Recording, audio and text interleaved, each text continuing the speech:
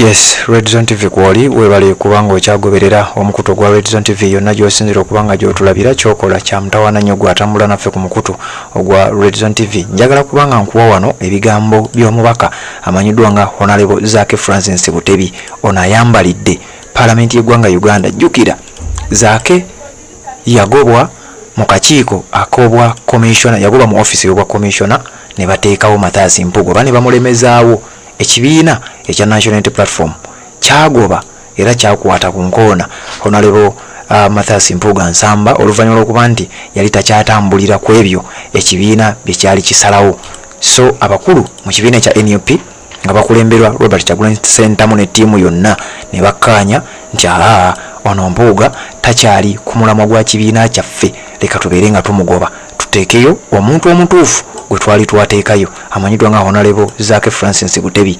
Kati gwagoberera omukutu guno njagala okutegeeza Zaake bwe yatuuka okubeera nga azzibwayo abasajja baagaana newankubadde ng'ekibiina kirina olukusa okubeera nga kironda omuntu gwe kyagala gwe kikkiriza nti ye tujja kukolagana naye, gwe bagamba nti tetujja kukolagana naye era baddembe okubeera nga bamugoba okusinziira ku ssemateeka. Kakati olunaku olwaleero ekibiina ekya National Unity Platform nga kiyita mu amanyiddwa nga Honorable John Baptist Nambeshe ono nga ye chief whip owa opposition mu parliament ate nga mu ngeri yemu ye deputy president owa Robert Kyagulanyi Ssentamu mu nsonga eza Eastern Uganda era y'omu ku bantu abasinga okubeera loyo eri ekibiina ekya National Unity Platform n'omukulembeze waabwe amanyiddwa nga Robert Kyagulanyi Ssentamu. Olunaku olwaleero azze n'asoma ekiwandiiko nga bwenga kuwadde ku makya emisana obudde bubadde bwa misana n'ategeeza speaker nti nze bano nga nkozesa obuyinza bwange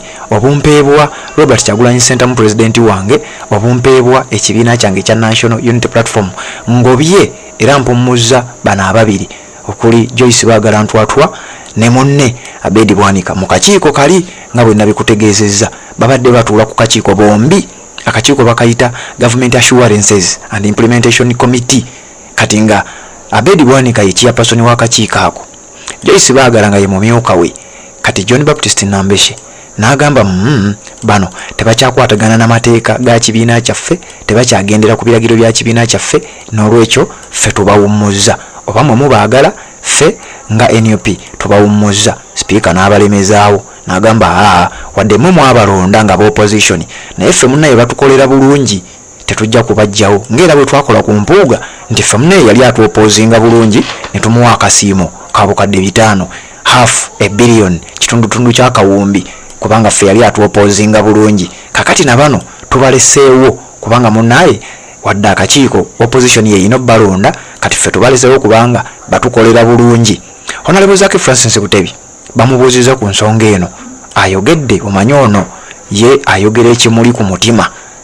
Honorable George Ssenyonyi yayogedde ku nsonga eno, Honorable Zaake Francis Butebi ayogedde ku nsonga eno. Kankuwa ebigambo bya Zaake naye ngenda kuwa ddoboozi obiwulirize nzije mbeere nga ate nkuwa ebya Honorable George Ssenyonyi naye bye yayogedde ku nsonga y'emu. Webali kubanga okyali ku Red Zone TV sooka owulize bino nzije tugende nga tweyongerayo. Bajemedde president waffe bafu tetukyabaagala tetukyabeetaaga mu kibiina kyaffe bagende mu NRM oba ye baagala kuba ye basigazzaawo. Kati olabye nti ne opposition mu parliament ya leero kati era NRM yeno gitegeerera era olabye nga abe NRM nga bwomanyi bo ba mob justice era ng'engeri gye bangobamu yenkola yemu gye bakozeemu era ne balemezaawo Joyce Baagala ne Abedi Bwanika yenkola yemu gye bakozeemu.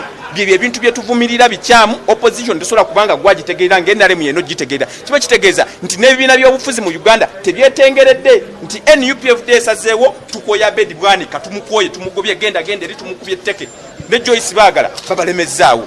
Kati kitegeeza bakolera NRM, kitegeeza kati Abedi Bwanika tokolera NUP tokolera opposition okolera government. Kiba kitegeeza Abedi Bwanika tokolera system manya tokolera opposition okolera government. Kache kitegeeza nti tewali kwetengerera n'ebyona by'obufuzi tebiyina wadde breathing space okubanga bikola emirimu gyabyo wabula na kyemalira yasalawo.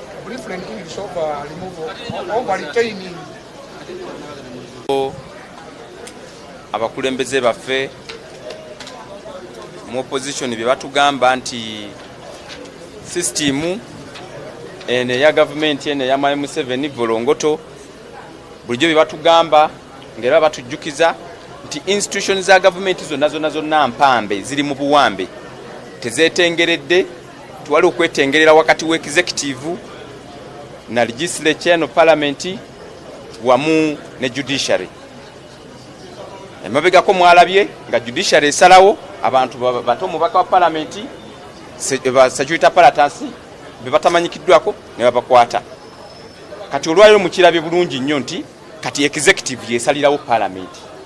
Era ne ba speaker batula mu ntebe awo entebe ziba zibookya tebetengeredde babategeerera kyolabye olwaleero kyekitegeeza ekyo engeri badronzemu obukiiko tekibanga olubanga lwa mindi ne tutandika session ya parliament ne wabanga parliament eyo nga teyina bukulembeze bwa committees ezino okubanga zikola zino committees ekyasinze okubanga zikola ze zitambuze eggwanga zino committee. Yes, bigambo bya Zaake Francis Butebi nsazeewo nkuwe audio olw'ensonga ezitali zimu. Kakati ne leader of opposition Honorable Joel Ssennyonyi Basekezi naye ayogedde ku nsonga eno. Njagala kubanga naye nkuwe ebigambo bye obiwulirize gwali ku mukuto gwa Red Zone TV kubanga naye annyonnyodde. Njagala mbenga ebigambo bye mbikuwa obiwulire otegere ensonga eno nga bw'eyinza okubanga etambula. Joel Ssennyonyi nga leader of opposition naye abaddemu mu parliament ng'ensonga eno egenda mu maaso. Era John Baptist Nambeshe olusomye ekiwandiiko kye Joel Ssennyonyi n'abaako naye byayogera oluvannyuma lwa speaker Anita Among okubeera ng'ate ye agugubye n'ategeeza bano mubagoba naye ate ffe batukolera bulungi era temugenda kubagoba nga bwe twakola ku Mathias Mpuuga ne ku bano bwe tugenda okubanga tukola. Sooka owulire Ssennyonyi kyagambye then nzije tubeere nga tweyongerayo.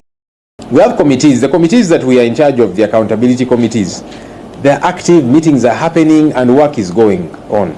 Park Central, Park Kosase, Park Local Government. The third committee, Government Assurances, we don't even know what's happening there. Meetings don't happen, and yet the committee has got leadership and members, and the leaders are from us. So we thought it prudent. We want an active committee, we want active committees.